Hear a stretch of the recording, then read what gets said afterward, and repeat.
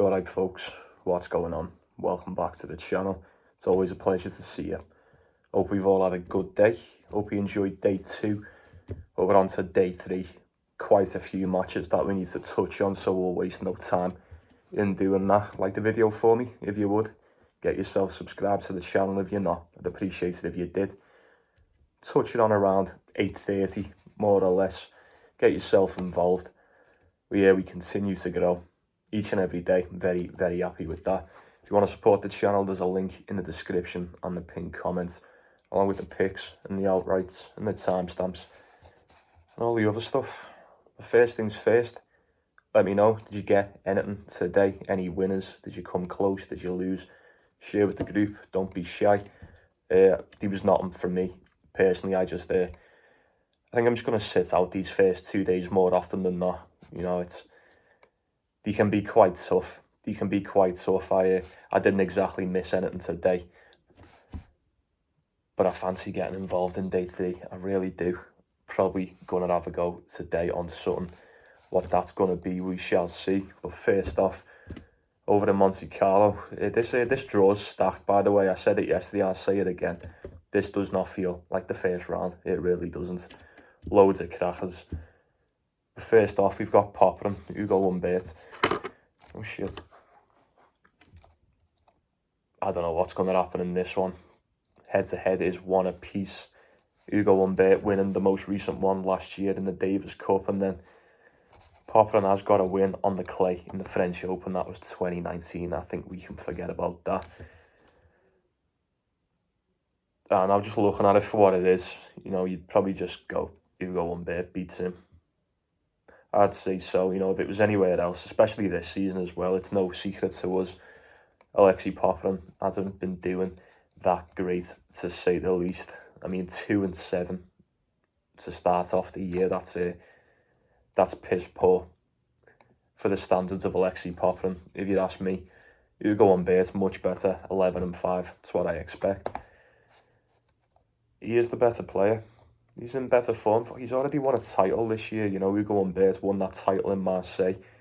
He then smoked Yuri Lehechka in Dubai. And ever since that, kind of struggled to get some wins, you know, string some back-to-back wins together. He got beat by Talon Griekspoor, Holger Rune, Joao Fonseca. And then both of these have played in that Ultimate Tennis Showdown 2 or 3 days ago. So how much we can take from those matches, I'm not too sure. Hugo Humbert got it done against Monfils, 3-2, and then Popyrin against Shelton, just 3-0. I don't know how the sets or the scores work. I imagine they may not be the same as the way it does on the tour. I don't know, man. I'd love to say Hugo Humbert, especially at that price, but I will say this. I do not think Hugo Humbert's game translates over on the clay half as good as what it does on the hard court. It's a fact. It's a fact. Neither one of these really set the world alight over on the surface. You probably would just have to trust in who you think's the better player. I think Hugo Humbert's better. You know, pinning the two of them against each other on the day, it's a very, very close game. It could go either way. Popyrin can hit levels. He really can. I'm surprised he hasn't done it already this season on the hard court. What are the odds he comes over to the clay and just starts doing it? He's never really done it that much throughout his career. He had a fairly decent year, 2023, but last year he went 5-7. Sorry, that's Hugo Humbert. Popyrin went 4-8 rather last year. I don't know. Tough one. I'd probably lean with Hugo Humbert if I was picking this one. He did get to the quarterfinals in this tournament last year. But like I said, the rest of his clay season wasn't nothing to write home about, so I'd approach that one with severe caution. Getting Hugo Humbert around 1.6. It's not bad. But we'll move on to Nicholas Yarry, Grigor Dimitrov. Any other time, any other tournament, any other season, if you'd have got Nicholas Yarry at 3.5 on the decimal over on the clay in a spot like this, you'd have thought you were dreaming. You really would. Head-to-head is 2-1 to Nicolas Jarry. Both of them wins coming over on the clay. One in 2019 and one in 2023. The win for Dimitrov coming on the hard court. I'm not going to overthink this one. I'm really not. I know how good Nicolas Jarry can be on the clay. It's no secret to me. He is really struggling, man. He's really struggling this year. You know, in his last 10 games, these are going back to the Paris Masters, the end of October last year. He's won 3. You know, that's not too good. Navone, Bonzi, both in Brisbane to start the season, and then one against Juan Manuel Cerundolo. Although he's getting beat, it's not through lack of trying, you know, it's not through lack of effort. He is taking sets.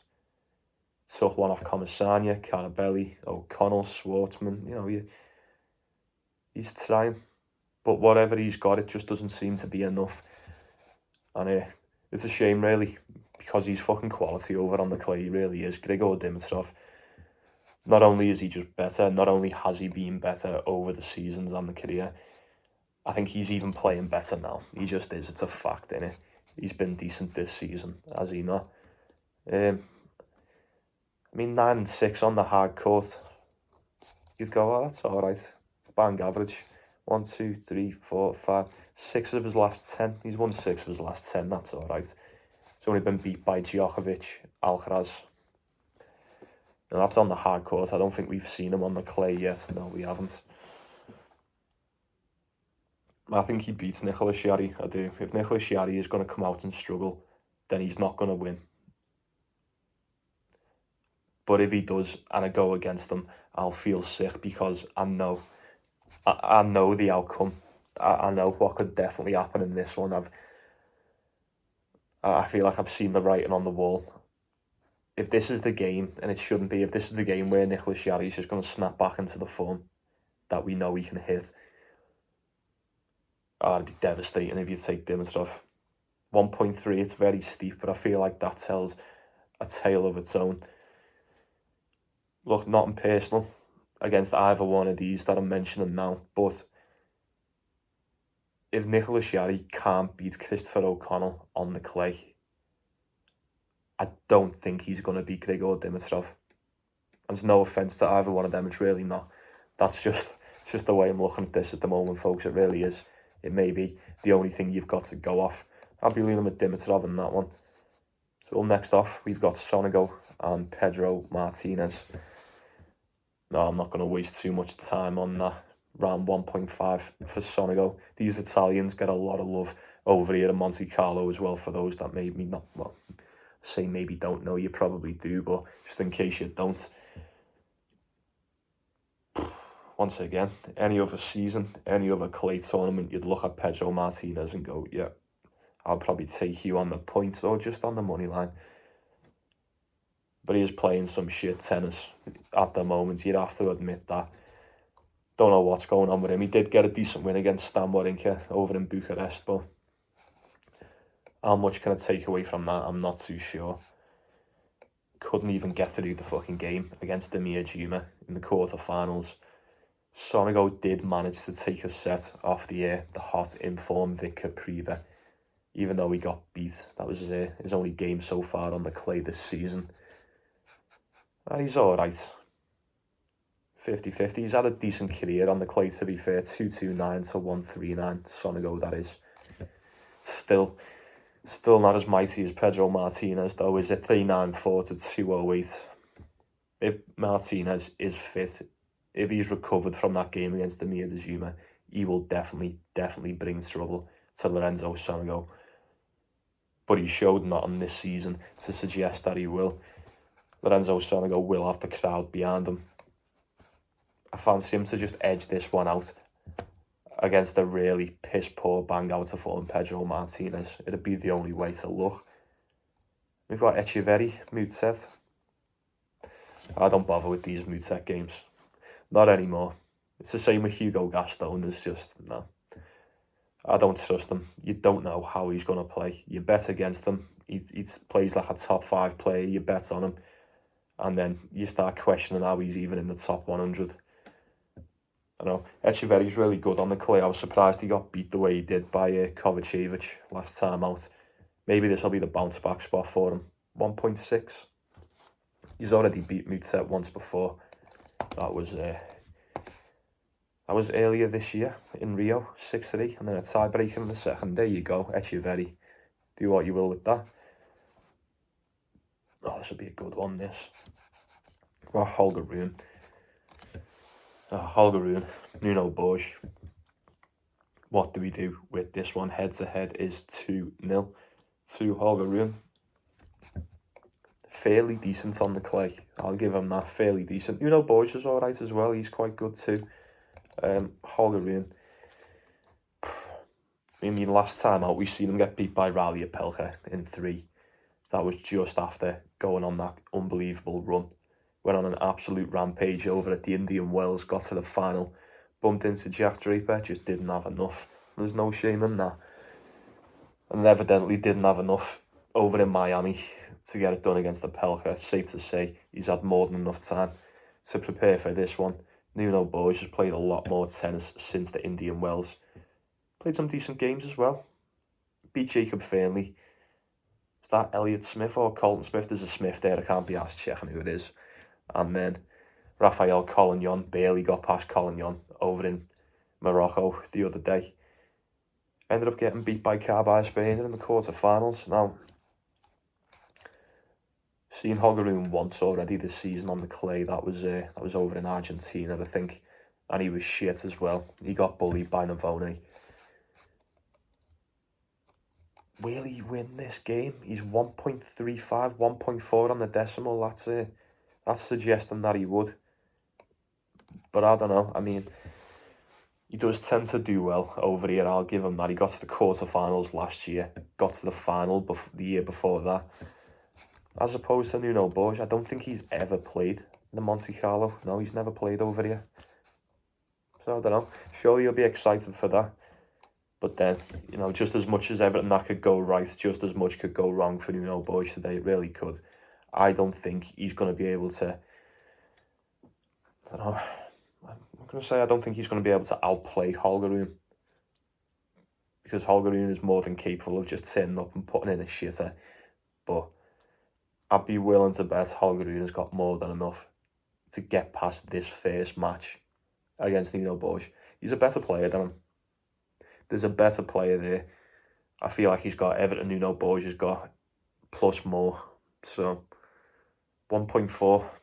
It may be a sound little parlay piece. I don't know, it may seem a bit too steep to roll the dice on the unknown on the clay game of Holger Rune. So you let me know what we're doing with that one, and we'll move on to Dusan Lazovic, Flavio Caboli. Tough spot. I can't believe Flavio Caboli won that title, and he looked fucking great doing it. You can't say he didn't. And just off that alone, you'd go, yeah, 1.8 on the decimal. This is pretty much split down the middle. I think he beats Dusan Lazovic, but does he? Does he? I've just got a horrible feeling that if I take Flavio Caboli today, and then he gets beat by Dusan Lazovic, I'll feel fucking sick.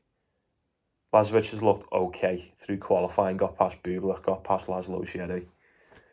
So, you know, at least he's winning. I don't know, man.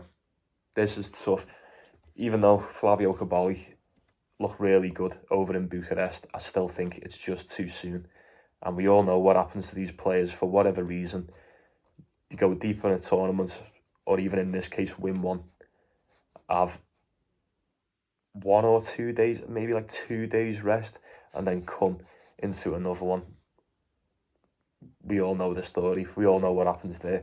I'll be staying well away from that one.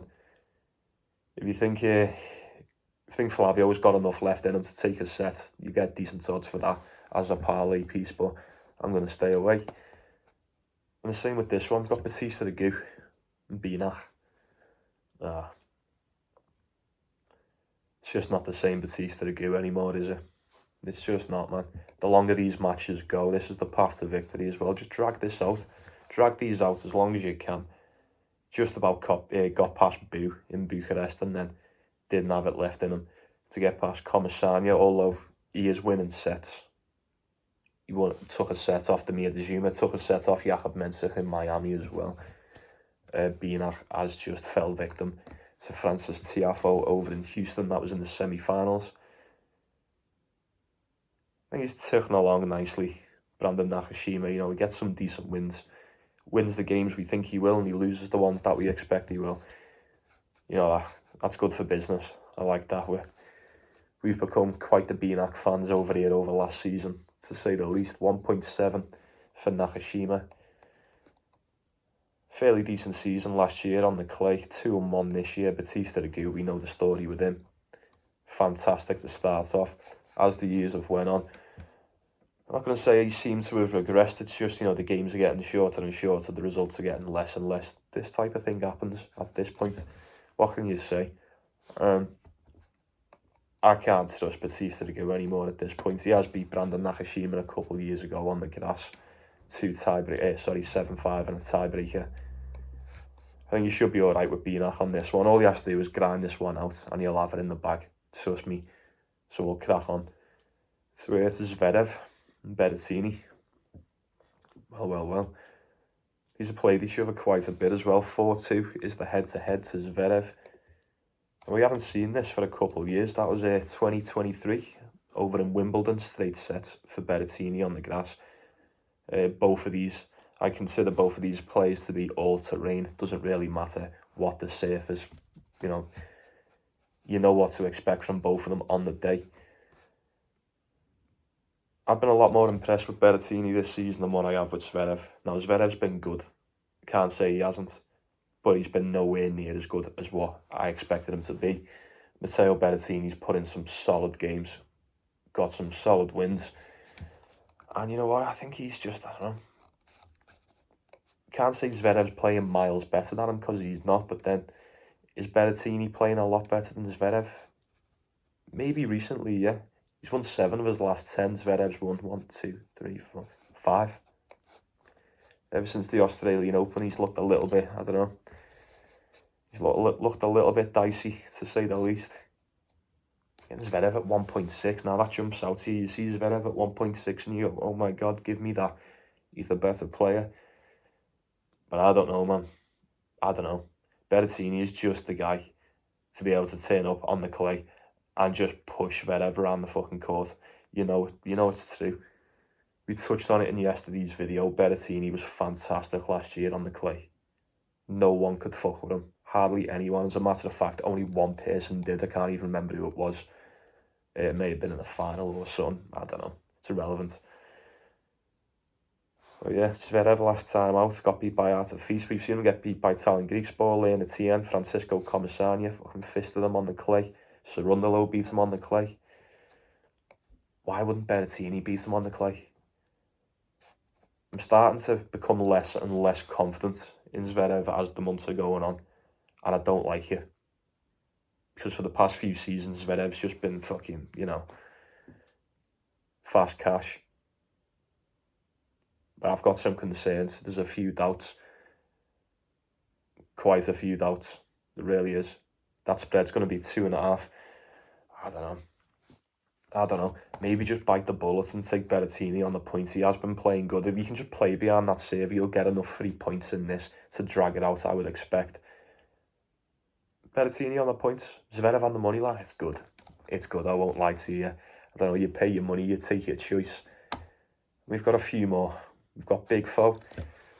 Kekmanovic. I have no interest in this whatsoever. Big Foe has just come off the final against Jensen Brooksby over in Houston. Couple days rest. And then over here into Monte Carlo. The States to Monte Carlo. Few days after the final. I don't like it. Kekmanovic is 1.45 as a favourite. I do not like that at all. Not at all. Head-to-head is 4-1 to Big Foe. He's probably a better player. If it was the hard court, you'd imagine the odds would probably be somewhat different, but Kekmanovic hasn't beat Francis Tiafoe since the first time he played. That was 2018. And the rest of them have all been on the hard court. I don't know. Big Foe, not much of a clay player. Kekmanovic, not much of a clay player. Don't like it. I don't like it. Something stinks in the garden with this one. we're going to move on to Italian Greek sport, an art of feast. Although the same sort of applies for this one, I'm still going to talk about it because, as you may already know, I've got art of feast at 60-1. Well, 59-1, 60-1, roundabout on the outright. Took that each way as well. So even if he just gets to the final, 30-1, I'll fucking take that. I think he stands a very good chance. Been playing very well. Back-to-back quarter-finals over in the Masters for Art of Feast, Italian Greek sport. Like I've just said about a couple of these games already, you know, Flavio Caboli, Francis Tiafoe, same goes for Greek sport. Reached the final in Marrakesh, got beat there. Looked like he was running on empty a little bit, didn't have much of an answer for Luciano Darderi in that one. I thought Darderi was fantastic as well, I really did. We've seen Art of Feast last time out get beat by Mensah in straight sets as well, but like I said, back-to-back quarter-finals, he's been very, very good as Art of Feast, but so is Italian Greek sport. I mean, super, super consistent, playing a very, very solid game. It just seems like he gets to a certain point in the tournament and then he just fails. You know, semi-finals, sound. Quarter-finals, see you later. Final, see you later. He's just missing that little extra something. Is Italian Greek sport. He really is. Now, he's played a lot of games. The past couple of weeks, a lot more than Art of Feast anyway. I'll say a lot more than Art of Feast. He hasn't really. We just haven't seen Art of Feast since Miami. He's played no games coming back onto the clay. Well, he's played no games on the clay at all this season for that matter. 11-6 so far for Art of Feast, and then 14-7 for Italian Greek sport. Head-to-head is one apiece. Greek sport beat him last time out in the Australian Open, and then Art of Feast in the US Open. Both of them have been very close games roundabout. You would expect more of the same out of this. Look, Italian Greek sport is one of them, even if he's, you know, not fully there 100%, you know, stamina-wise, he's still got a good enough game to be able to grit this one out. You know he has. Art of Feast 1.5. I think, you know, a lot of what I've just said has got a lot to do with that, about him, you know, getting to the final, looking a little bit goosed coming into this one. Art of Feast will be more than prepared for it, you would like to assume. I don't know. Look, for the sake of the outright, I hope Art of Feast wins. I'd love him to win. And not only that, outright aside, even if I didn't have a bet on the outright, I would genuinely think Art of Feast would just be in a better position to get this one done. I would. But I don't know. Greek sport could just turn up and slog this one out. If he gets to a tiebreaker, then you know what happens there. We'll see. But I'll be leaning towards Art of Feast on that one. And then next one, we've got Thomas Mahac, Sebastian Baez. Once again, Sebastian Baez played a lot lately as opposed to Thomas Mahac. I haven't seen him since Miami when he had to pull out against Mensah. He has played games in that ultimate tennis French bullshit, whatever it's called. I don't know what that is. I never even see that about, like, to watch or to, yeah. Is it like an exhibition tournament or something? I'm not too sure. I don't really care anyway. Sebastian Baez just got beat by Flavio Caboli in the final over in Bucharest. What do you want me to say? Sebastian Baez getting to a final on the clay once again. Are you surprised? You shouldn't be. You really shouldn't be. Very, very close to this one. Although Sebastian Baez is like a clay demon. Thomas Mahac coming into this one as a very slight favourite, 1.7 to be precise. Never played each other before. Thomas Mahac is alright on the clay. He's fairly decent. Obviously, he does the majority of his work on the hard court, but he's a good player, man. I say it all the time. Thomas Mahac is one of the better players on the tour. He really is. Also, while he's here, Thomas Mahac squad. He remembers anyone take him to win Acapulco with me? Was that 11-1? Yeah, he smashed everyone over there in Mexico. Very happy with that. Does he beat Sebastian Baez? Suppose I've got to say it again. Sebastian Baez, how much can we trust? say how much can we trust him, coming in back-to-back tournaments. There's one thing I'm saying about Sebastian Baez, his level of fitness is fucking pristine. He is fit as a fiddle, he is. I don't imagine he's going to rock up to this one and look like he's playing in mud, you know what I mean? He'll be good to go. It's not going to be easy. It never is going to be easy to get past Sebastian Baez on the clay. You are going to have to bring your game. Thomas Mahatch more than capable of doing so. Just a bit concerned about the fitness of Thomas Mahatch. And it's usually the case as well, but as we all know by now, someone even mentioned it last time out. The thing with Thomas Mahatch, the beauty of the Mahatch is if he starts getting fucked up or if he can't play, he'll just pull out. So it's usually a free void, if anything. It's not guaranteed, obviously, like we have seen him just fucking capitulate once or twice before, but more or less, he just pulls out if he can't play. And I imagine he's good to go as well, because like I said, in the ultimate French shite, whatever that's called, he should beat Monfils and he should beat Alex de Minaur. That's on the hard court, not the clay. How will his transition go? I'm not too sure. I think he's got more than enough to get past Sebastian Baez on the day. But stranger things have happened. Don't fancy going against Baez, especially if you're getting Baez as a dog there. I think he can be a tricky opponent for Mahatch, but we'll see. Then we've got two more. Oh, look at this. Jordan Thompson, Stefanos Tsitsipas. What is this? What are these odds? Oh, that's disappointing. I was hoping for a nice little parlay piece out of this, but absolutely not. 1.15 Tsitsipas here. Head-to-head's 3-1. Thompson did beat him at the Indian Wells 2023, but the rest of them have come on the hard court, and then one coming on the grass in Wimbledon 2022. I've got Tsitsipas on the outright as well. I think he stands a very, very good chance at winning this. I mean, listen to me, he stands a very good chance at winning this. He's already won it twice before. Won it last year, as a matter of fact. Quarterfinals the year before that, and then won it again 2022. I think Tsitsipas will be the first on the tour to tell you how much he loves playing over here. It just suits his game to a T. To a T. There's not many, if any, other courts like this where he can get behind that backhand. He has all the time in the world to set it up. And that's why he's so good. This is his tournament, innit? I'm not saying he's going to win it again, but at what, 12-1?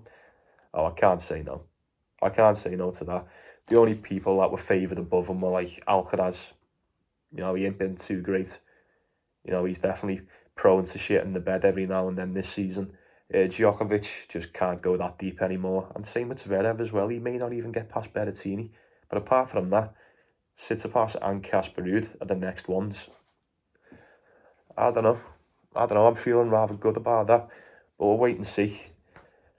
I'm not even talking about this one. I think Tsitsipas beats Jordan Thompson. I do. Especially on the clay. Jordan Thompson cannot play over on the clay. Evidently, 3-5 last year, 0-3 before that, 2-6 before that, 2-6, 1-2. His last good season, his last positive season anyway, it was 9-5. That was 2019. Yeah. See you later, Jordan. I'm afraid Tsitsipas is going to have his way with you tomorrow, son. And then we'll wrap this up with Jack Draper, Marcus Giron. Now, I didn't know that these two were going to be playing today. I think is Marcus Giron the only one that played against El Chapo in day 2, and then has to play day 3. There may be one more. But yeah, you're getting Jack Draper 1.3. We've seen these play each other a couple times. Head-to-head is 2-0, both of them coming last year. We remember the game in the Australian Open, and then we remember the match over in Stuttgart, one on the grass, one on the hard court. Now, I think the Jack Draper that stands before us today, and you don't need me to tell you this, is much, much more evolved than the Jack Draper that was vomiting all over the fucking court over at the Australian Open, the start of last season. Never played each other on the clay. I mentioned in yesterday's video, Marcus Giron never really done anything on the clay. Not great anyway. Neither did El Chapo, but considering it was a bit of a toss-up, can't help but feel like El Chapo just shot the bed a little bit against Marcus Giron today. Yeah, I don't know how I feel about that one. But this isn't El Chapo, this is Jack Draper. This is a much more enhanced left-handed player that faces you across the net today. I'm not going to go on about Jack Draper.